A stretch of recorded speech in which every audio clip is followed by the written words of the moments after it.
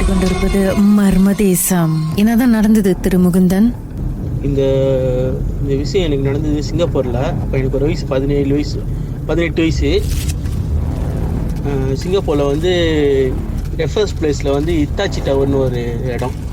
அந்த பில்டிங்கில் வந்து 40 மாடி வந்து க்ளாக்கிங் பண்ணணும். அந்த டைமில் அந்த செக்யூரிட்டி வேலை. அப்போ தான் வந்து ஒரு 2 வாரம். அப்போ வந்து எனக்கு ராத்திரி வேலை க்ளாக்கிங் கொடுத்தாங்க 40 மாடிக்கு. 40 மாடிலேருந்து வந்து ஃபுல்லாக தாங்காலே இறங்கி வரணும். 27வது மாடி வரைக்கும் வந்து எந்த பயிடமும் திறந்து வெளியாக முடியாது. 27வது மாடியில் தான் வந்து தான் கதவு திறந்து வெளியாக முடியும். அதுக்கப்புறம் தான் வந்து காக்கோ லிஃப்ட்டில் கீழே இறங்க முடியும். அப்போ வந்து நான் 36வது மாடியில் க்ளாக்கிங் பண்ணிட்டு வந்துக்கிட்டு இருக்கேன். வாக்கி டோக்கியில் வந்து ஃபுல்லாக வந்து தாய்லாந்து பாஷை, சீனா பாஷைலாம் கேட்டுச்சு. அப்போ நானும் டோக்கியில் சொன்னேன், விளையாடாதீங்க பயமாக இருக்குதுன்னு சொல்லி. ஃபுல்லாக அந்த 5 ஸ்டேர்கேஸில் தான் இறங்கணும். 31வது மாடியில் வரேன். ஒரு தாங்க இறங்கிட்டே வந்துக்கிட்டு இருந்தேன். அந்த கார்னரில் வந்து ஒரு சைனீஸ் லேடிஸ் வந்து மூஞ்சி மூடிக்கிட்டு அந்த கார்னரில் உட்காந்துக்கிட்டு கார்னரை ஃபேஸ் பண்ணிக்கிட்டு அழுந்துக்கிட்டு இருக்காங்க. அதோட மேலே ஏறவும் முடியாது, கீழே இறங்கவும் முடியாது. இப்படி போகிறதுன்னு சொல்லிட்டு அப்படியே அந்த தாங்காப்படியிலேருந்து அப்படியே ஓரமாக வந்து கிட்ட போக அந்த அழுவு சத்தம் இன்னும் வேகமாக ஆகிட்டு இருந்துச்சு. அதுக்கப்புறம் அந்த தாங்காலேருந்து இறங்கி குதிச்சு தாங்காலேருந்து கீழே இறங்கி காக்கோ லிஃப்ட்டில் ஏறி இறங்கி துருசா கீழே வந்து எஃப்சிசி ரூமில் பூந்தோன்னே சொல்லிட்டு நான் அழுந்தது தான். அதோடு 2 நாள் லீவு போட்டு ஃபுல்லாக காய்ச்சேன் எனக்கு. அதுக்கப்புறம் தான் சொன்னாங்க, இந்த இடத்துல நிறையா இருக்குது, போகிறவங்களாம் ஒரு தடவை பார்த்துட்டாங்கன்னா அந்த க்ளாக்கிங்கை நிப்பாட்டிடுவாங்க. அந்த இடத்துல வந்து சிசிடிவியில் வந்து அந்த ரெஃபரன்ஸ் பிளேஸ் வந்து அந்த வாக்வே ஒன்று இருக்கும். எம்ஆர்டி ஏறணுன்னு அந்த சிசிடிவியில் கூட வந்து எத்தனை தடவை வந்து ஒரு கருப்பு உருவம் அப்படியே பறந்து போயிட்டு வர மாதிரிலாம் பார்த்துட்டேன். உங்களுக்கும் மர்மமான சம்பவம் நடந்திருக்காங்க. அதை நீங்கள் எங்களோட பகிர்ந்து கொள்ளலாம். நீங்கள் எங்களுக்கு வாட்ஸ்அப்பும் பண்ணலாம்.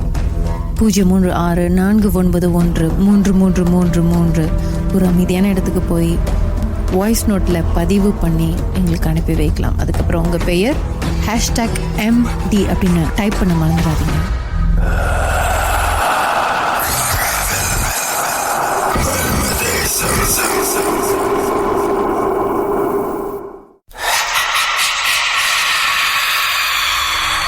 சொல்லுங்க திருஷான்.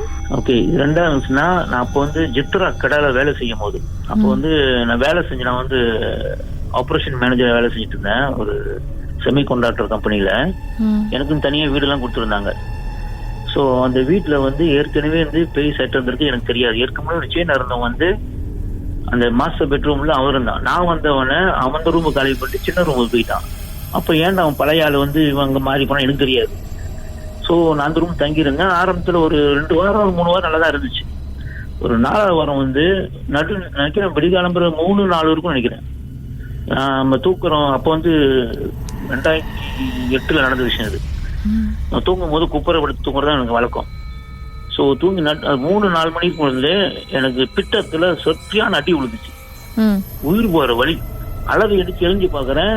மெத்தை வந்து அப்படியே அமுங்கி இறங்கி போகுது. அப்படியே இது உண்மையா நடந்தது, என் வாழ்க்கையில் நடந்தது. இறங்கி போகுது. பட் நம்ம பயப்படுற ஆள் இல்லை. ஏன்னா அந்த சமயத்தை கொஞ்சம் ஈடுபாடு இருக்கிறதுனால நான் மந்திரம் சொன்னேன். அப்போ அதுக்கப்புறம் எந்த பிரச்சனையும் இல்லை. அதாவது ஒரு நடந்தது எனக்கு சம்ப பேய் அடின்னு சொல்லுவாங்களா, அன்னைக்கு தான் நான் வாங்கினேன். ஆனா ஏன் இப்படி அப்படி நடந்துச்சு எதுவுமே தெரியாது. அந்த ரூம் அங்க ஏற்கனவே இருந்திருக்கு எனக்கு தெரியாது. அப்புறம் தான் சீன சொல்றான் ஏற்கனவே அங்க சேட்டு இருக்கு.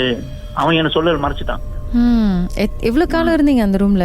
அதுக்கப்புறம் நாங்க ஒரு 4-5 மாசம் அங்கே ரூம்ல இருந்தேன். அதுக்கப்புறம் பிரச்சனை இல்லை. அப்புறம் நான் வந்து டெய்லி வந்து ரூம்ல கொஞ்சம் நான் ஜம்மு பண்ணுவேன், மெடிடேஷன் பண்ணுவேன். அதுக்கப்புறம் எந்த பிரச்சனையும் இல்லை.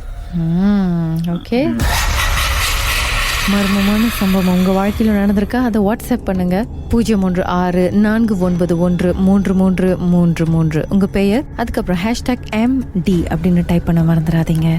முடிஞ்சா அமைதியான இடத்துக்கு போய் என்னதான் நடந்தது அப்படின்றத வாய்ஸ் நோட் வாயிலாக நீங்க பதிவு பண்ணி அனுப்பி வைக்கலாம். உங்களுடைய கதை சுவாரஸ்யமாக இருந்தால் மர்மதேசம் நிகழ்ச்சியில் இடம்பெறும்.